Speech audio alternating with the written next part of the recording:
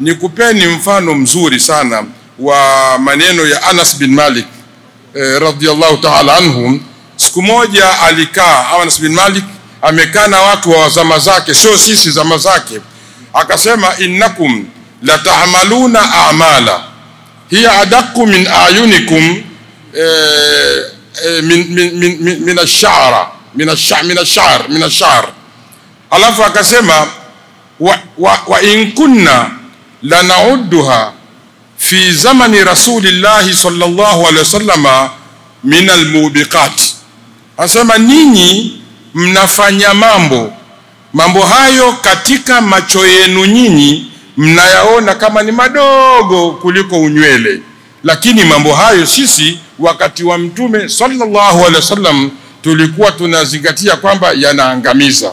Hili ni neno ambalo linatokana na yale yaliyozungumzwa na mashaka zangu hapa nyuma, kwamba haya yanayozungumziwa, haya yanayozunguka, yakiwa si naba, ni habari hizi, basi ni kweli tusiachukulie katika udogo na tusidharau mambo hayo. Ni kwamba mambo hayo kama hatutawekea utaratibu mzuri wa kujiepusha na mambo hayo, ama na hisia hizo, ama na fikra hizo, ama na habari hizo, basi maana yake itakuwa ni katika mambo ambayo yanaweza kaangamiza jamii yetu, yakaangamiza mji wetu, yakaangamiza familia zetu, na yakatuangamiza wenyewe. Kwa hiyo mambo haya yanazungumzwa katika sura ya salbi, ya hasi, basi tuachukulie kwa tahadhari na tuwekee taratibu ya kutoyakubali na kutoyaendea. Hilo ni moja.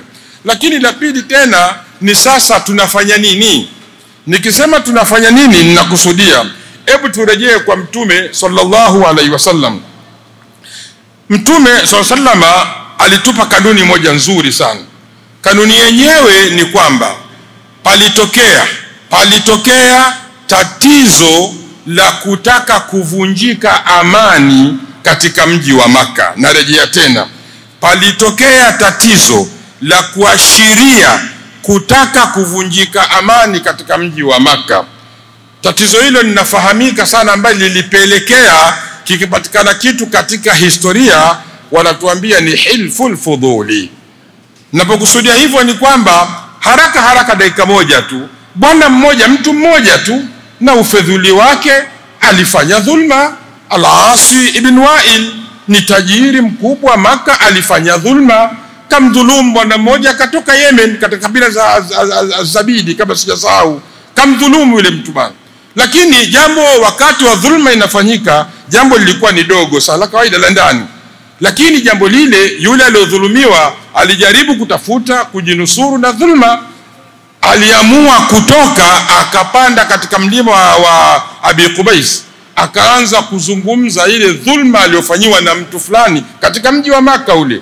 Jambo lile lilivyotoka likawa ni kubwa. Nataka tuelewane, likawa ni kubwa kwa sababu tayari limeshaashiria kwamba watu watakayemnusuru mtu huyu bwana wa Yemen aliyodhulumiwa lazima watapatikana, na inawezekana wakatoka huko Yemen kwenyewe wakaja kwamba kuna mtu amedhulumiwa, ama wapenda haki mji ule wa Maka bila shaka ongeza wakatoka kumnusuru yule mtu bwana. Al-As bin Wa'il aliyofanya dhulma, maana yake na yeye ana awan, ana wasaidizi wake, ana watu wake, wangeweza kutoka kumnusuru yeye. Maana yake nini kingetokea hapa? Kingetokea jambo au lingetokea jambo la uvunjifu wa amani. Lakini alitokea mtu mmoja tu, huyo Az-Zubair ibn Abdul Muttalib, ammi wa Mtume sallallahu alaihi wasallam. Alitokea yule bwana akaona haiwezekani hapa, ishara imekuwa ni mbaya, amani ishavurugwa, amani itavurugika, ni viashiria vya kuvunjika amani. Alichofanya yule bwana Zubair ni kuwapitia matumbo ya Makuraishi matukufu pale, wakakusanyika katika nyumba ya bwana mmoja akiitwa Abdullah bin Jadaan, wakakaa pale, wakaweka kiapo kwamba mambo haya yasifanyike hapa. Maana yake nini? Ni kwamba waliweka utaratibu wa kuhakikisha kwamba amani iendelee na amani ilindwe katika utaratibu waliouona wao. Sasa mahalu shahidi na kusudia kusema nini? Baada ya tukio hili kutokea, Mtume alikuwa na miaka 20, bado ni kijana, tena inawezekana ni mdogo kwa umri, hajawa mtume hapo, bado hajawa mtume, lakini alikuwa ni kijana mwenye busara, mwenye hekima, na miaka 20, ni mdogo kuliko wengi tuliokuwepo hapa. Alikwenda kushuhudia tukio lile. Mtume salama alikwenda, ni mtoto, kushuhudia tukio la watu wazima wanakubaliana jambo fulani. wanajadili jambo fulani la kuleta amani katika eneo lao. Sasa haikutosha, baada ya Mtume Muhammad sallallahu alaihi wasallam kuwa ni mtume, nini alifanya?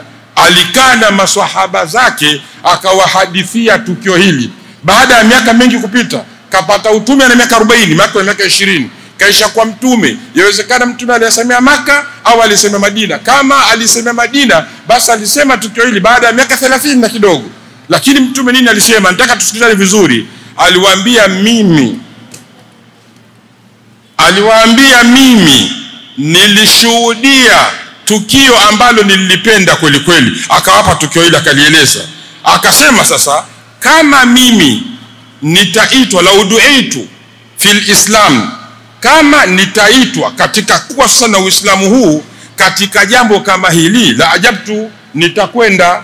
Maana yake ni kwamba jambo hili limethibiti kisheria kwamba jambo lolote ambalo linakwenda kutengeneza kulinda salama na amani, unapoitwa katika jambo hilo, kama wewe ni mpenzi wa Mtume Muhammad sallallahu alaihi wasallam, inabidi uliitikie. Sasa maana yake ni kwamba wale ambao wanaonieza kuvuruga amani, sisi tunatakiwa tufanye nini? Tuitikie katika kwenda kuilinda amani ya nchi yetu na amani yetu na amani ya familia zetu kwa kumfuata nani? Mtume sallallahu alaihi wasallam. Nadhani itakuwa imeeleweka vizuri.